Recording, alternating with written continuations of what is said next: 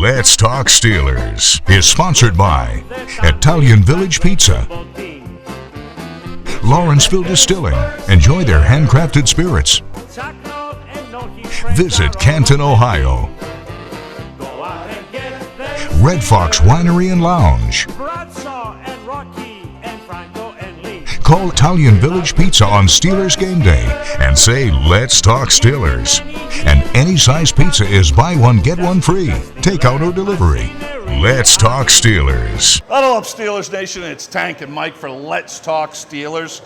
You know, we filmed the show here at the Route 28 Trattoria Italian Village Pizza. You love their pizza. Mm-hmm.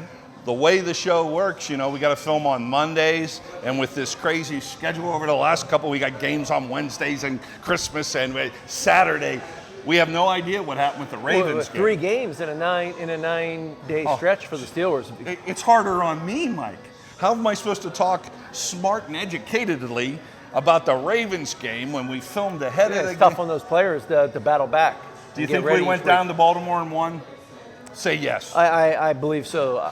They got redemption. They got redemption. But I tell you what, we can talk about. We can talk about the Eagles disaster that happened in Philadelphia, and we're going to talk more so about some of the problems with the Pittsburgh Steelers that we came out of the Eagles game with.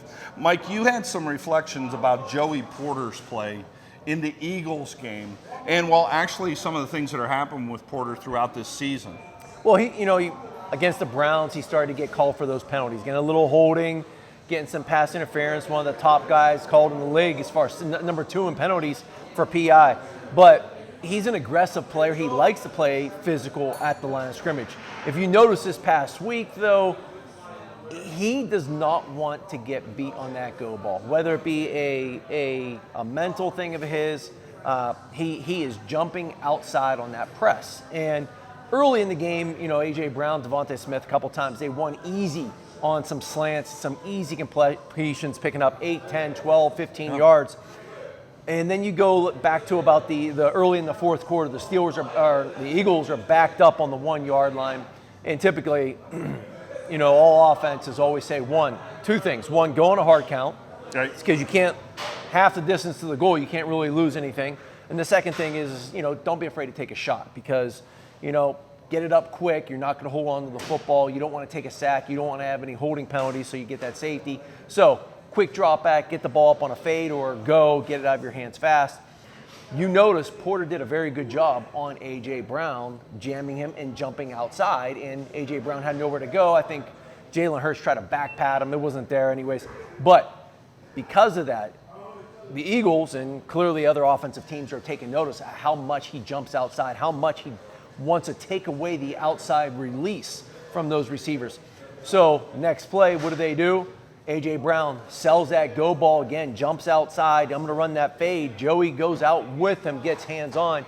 Quick little hand slap. He's inside, hits a slant on 2nd and 12. And you're saying that's because he's so aggressive. He's so aggressive. He does not want to be outside, but he does give up that inside. Now, sometimes some teams play man-to-man. They try to funnel everything inside to that free safety, cover 1, free safety, everyone else is man. But he's just giving it up. And I noticed that most this game. And then if you look back to the Browns game, that's where he was getting beat inside on those pass interferences, on the glance, on the skinny post, the bang eights. Everyone has different words for them.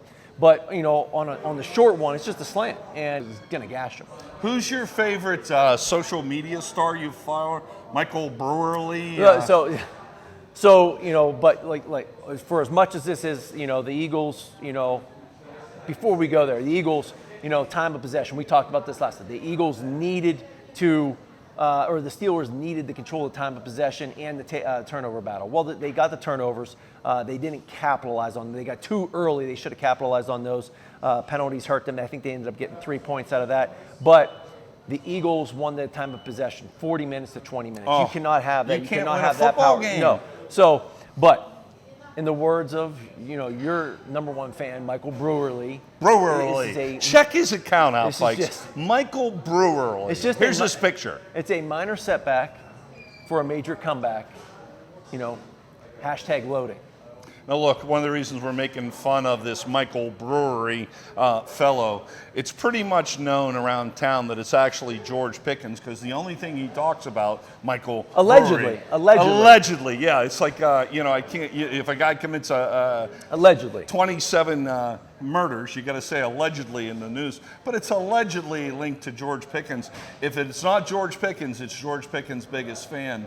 So check out Michael Brewery. All right, when we come back, like we said, we don't know what happened with the Ravens game, so we're going to preview, well, that Christmas Day matchup with the Chiefs.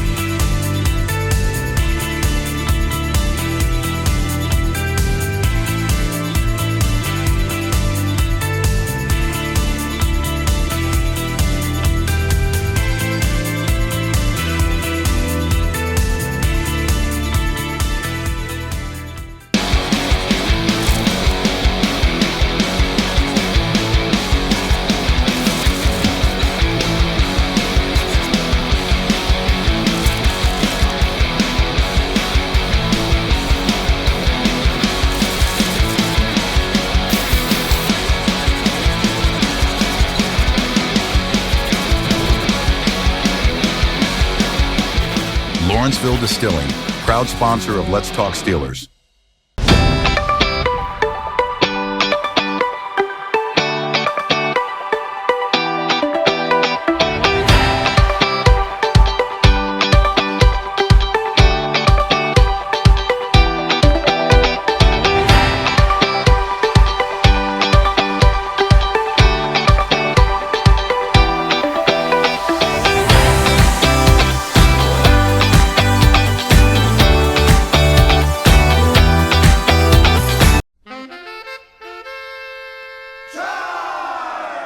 Let's Talk Steelers is sponsored by Italian Village Pizza, Lawrenceville Distilling. Enjoy their handcrafted spirits. Visit Canton, Ohio. Red Fox Winery and Lounge. Call Italian Village Pizza on Stil'rs game day and say, "Let's talk Stil'rs." And any size pizza is buy one, get one free. Takeout or delivery. Let's talk Stil'rs. What kind of flipped on that touchdown drive? We were able to get a first down. I think we had like 5 3-and-outs. Can't win many games doing that. So we'll learn from it. We'll fix it, and we'll get better. Do anything different? Stop your run game? No, we just didn't execute. This was a game against two of the top teams in the league. What do you take away from that kind of performance against this caliber of opponent? I felt like we have the talent, the scheme, and everything to compete. We just shot ourselves in the foot too many times tonight. They didn't do anything special against us. We just, we just didn't execute for some reason early on, especially. And we'll get it fixed and go. Hey, welcome back to Let's Talk Steelers. It is Christmas season. What is this shirt you're wearing? It looks like, I don't know what it is. It's my Christmas shirt. What does it say? It's the 1988 Nakatomi Plaza Christmas party. Die Hard. John McClane.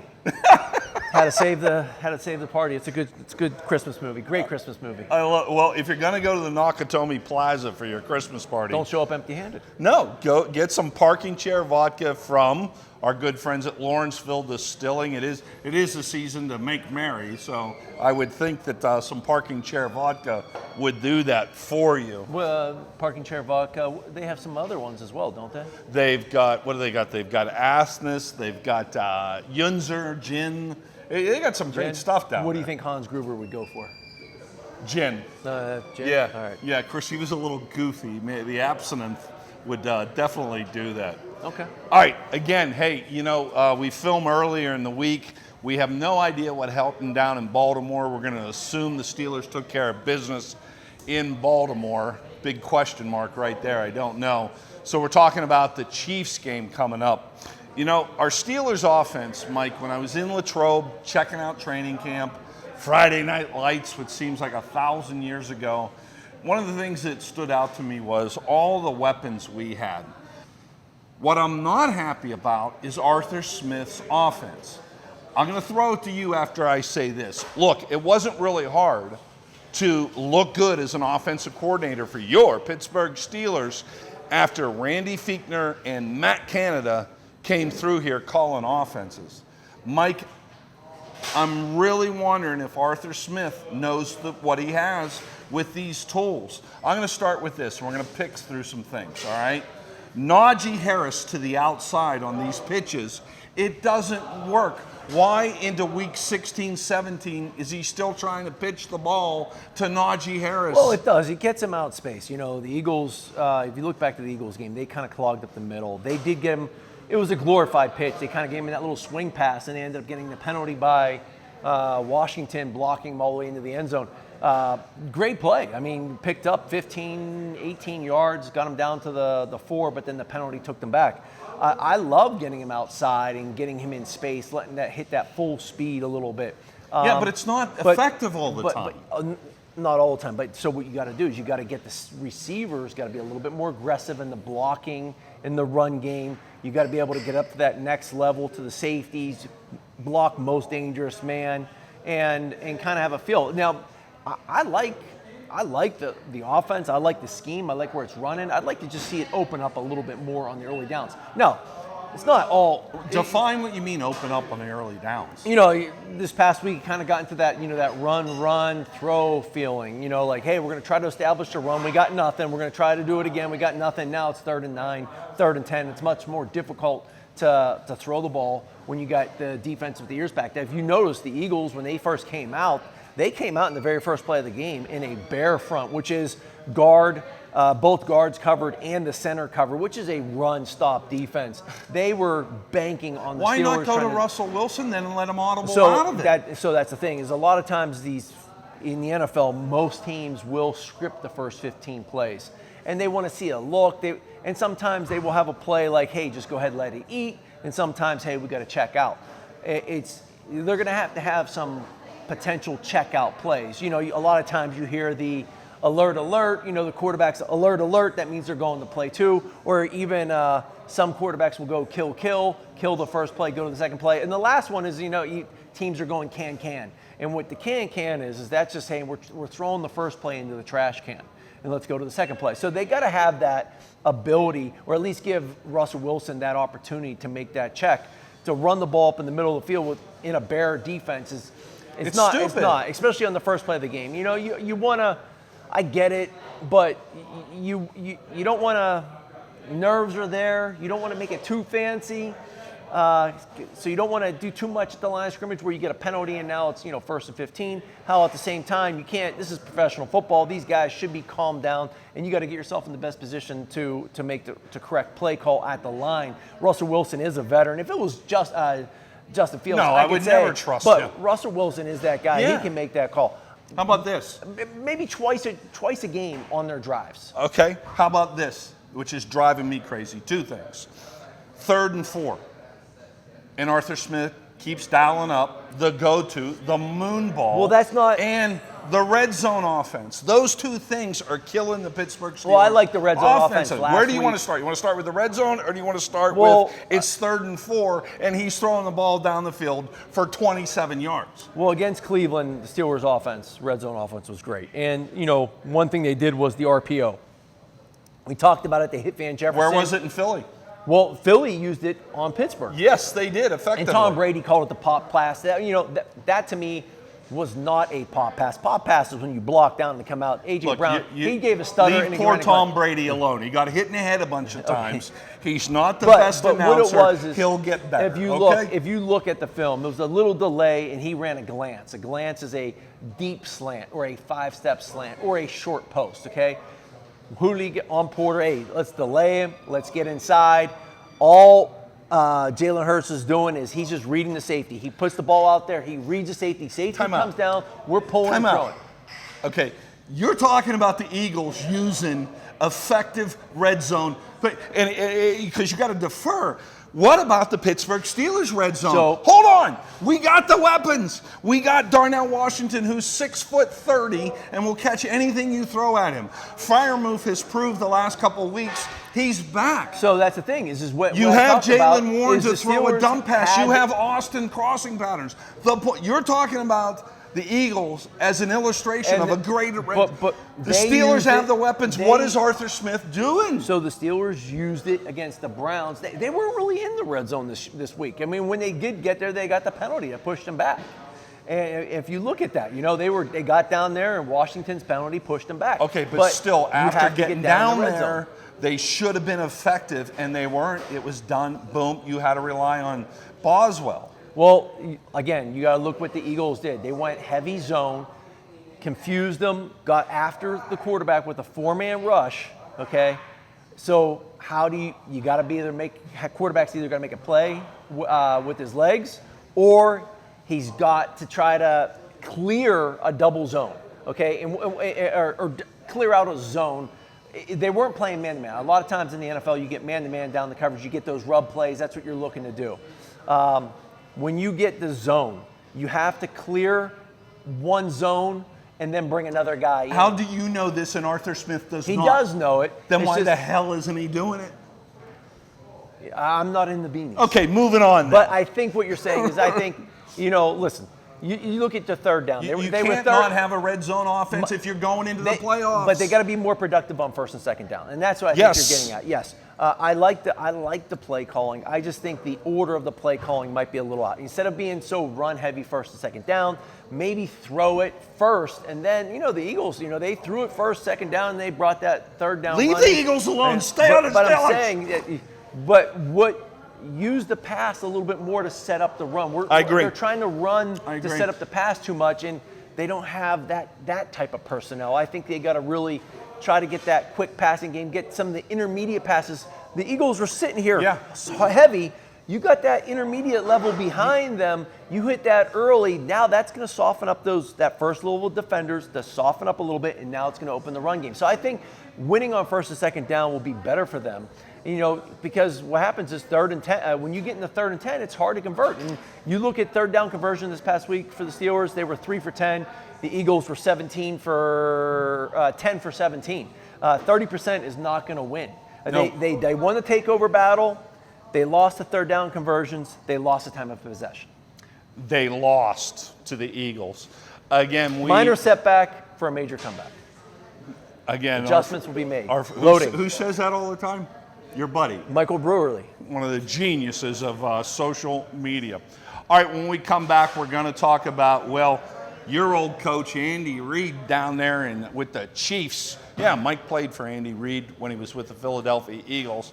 We're going to talk about that high-octane offense for the Chiefs versus your Pittsburgh Steelers defense. Ho, ho, ho, Steelers Nation. Christmas time is right around the corner.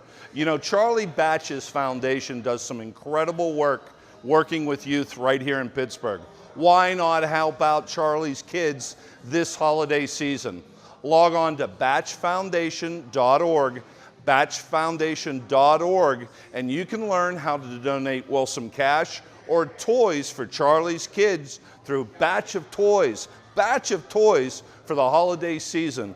Again, Charlie's Foundation does some incredible work here in the Pittsburgh area, bringing some holiday cheer to Pittsburgh families. So log on to batchfoundation.org to learn out how you can be Santa Claus too.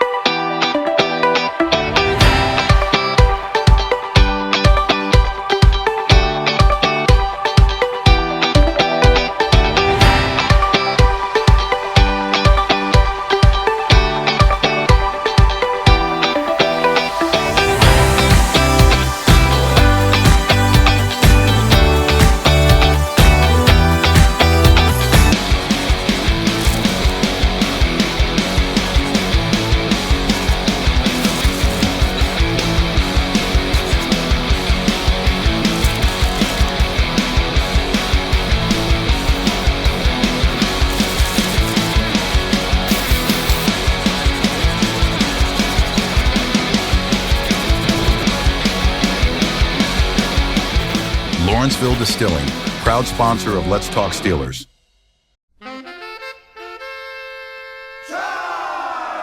Let's Talk Steelers is sponsored by Italian Village Pizza, Lawrenceville Distilling. Enjoy their handcrafted spirits. Visit Canton, Ohio. Red Fox Winery and Lounge. Call Italian Village Pizza on Steelers game day and say, "Let's talk Steelers." And any size pizza is buy one, get one free. Takeout or delivery.